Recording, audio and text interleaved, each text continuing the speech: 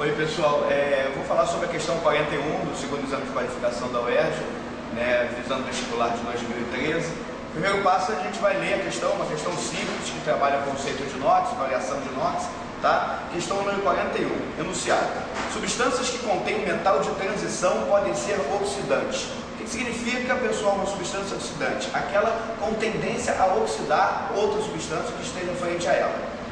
E aí, se ela vai oxidar essa outra substância, ela vai fazer o quê? Aumentar o NOx dessa substância, Oxidação significa o quê, gente? Aumento de NOx.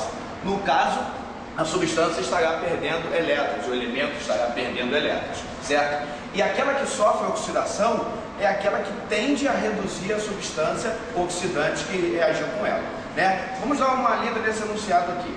Quanto maior o número de oxidação desse metal, maior o caráter oxidante da substância, ou seja, ele já foi direto, Você vai encontrar o maior número de oxidação, o maior NOx, e aí você vai ter a substância mais oxidante, aquela com maior tendência a oxidar quem estiver frente a ela.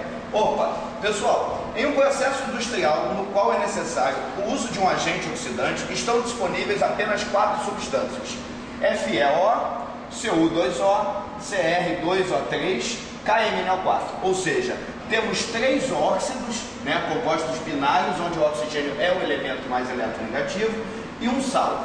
Tudo bem, Todos esses óxidos e esse sal são formados por elementos de metais de transição. Então não podemos eliminar ninguém, porque lá no enunciado já começa. Substâncias que contêm o metal de transição. Todas elas têm metal de transição. Metais que formam famílias B.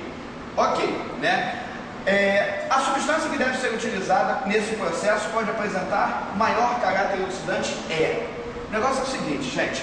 Ferro é um elemento, um metal de transição com NOx variável. Então nós vamos começar a calcular o NOx por aqui pelo oxigênio, colocando o NOx que o oxigênio tem, menos 2, e atribuindo a incógnita X com ferro. Nesse caso nós temos 1 mol de átomos de ferro, então você tem aqui apenas um X. E 1 mol de átomos de oxigênio, apenas 2 cargas negativas. Como a substância é uma substância neutra, o somatório dessas cargas tem que totalizar quanto? Certo? Assim sendo, X vai ter uma carga mais 2. Ok, O cobre também um elemento de NOx variável. Assim começamos o cálculo pelo oxigênio, atribuímos menos 2 ao NOx dele e atribuímos a incógnita X para o cobre. Temos 2 mols de átomos de cobre, ou seja, temos 2X. Temos 1 mol de átomos de oxigênio, 2 cargas negativas. Totalizando 0, por ser uma substância neutra, acaba que nesse caso X é igual a mais 1. Perfeito, Alternativa C, Cr2O3, um óxido de cromo, Cromo também tem NOx variável, então começamos pelo oxigênio e atribuímos novamente menos 2. NOx do cromo, X. Como temos 2 mols de átomos de cromo, 2X. Temos 3 mols de átomos de oxigênio, 6 cargas negativas, que totalizam 0 por ser uma substância neutra. Assim sendo, X vai ser quanto? Mais 3, Nesse caso, já jogamos fora a alternativa A e B. E assim ficamos com a alternativa C, com a alternativa D. Potássio, elemento da família 1A. NOx fixo, mais 1.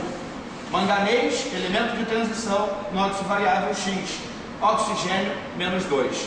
4 mols de oxigênio, 8 cargas negativas. 1 mol de potássio, 1 carga positiva. 1 mol de manganês, 1 X, que totaliza aqui 0, então X é igual a mais 7. Como ele fala já no enunciado que a substância mais oxidante é aquela que tem o maior número de oxidação, marcamos a alternativa letra D. Ok?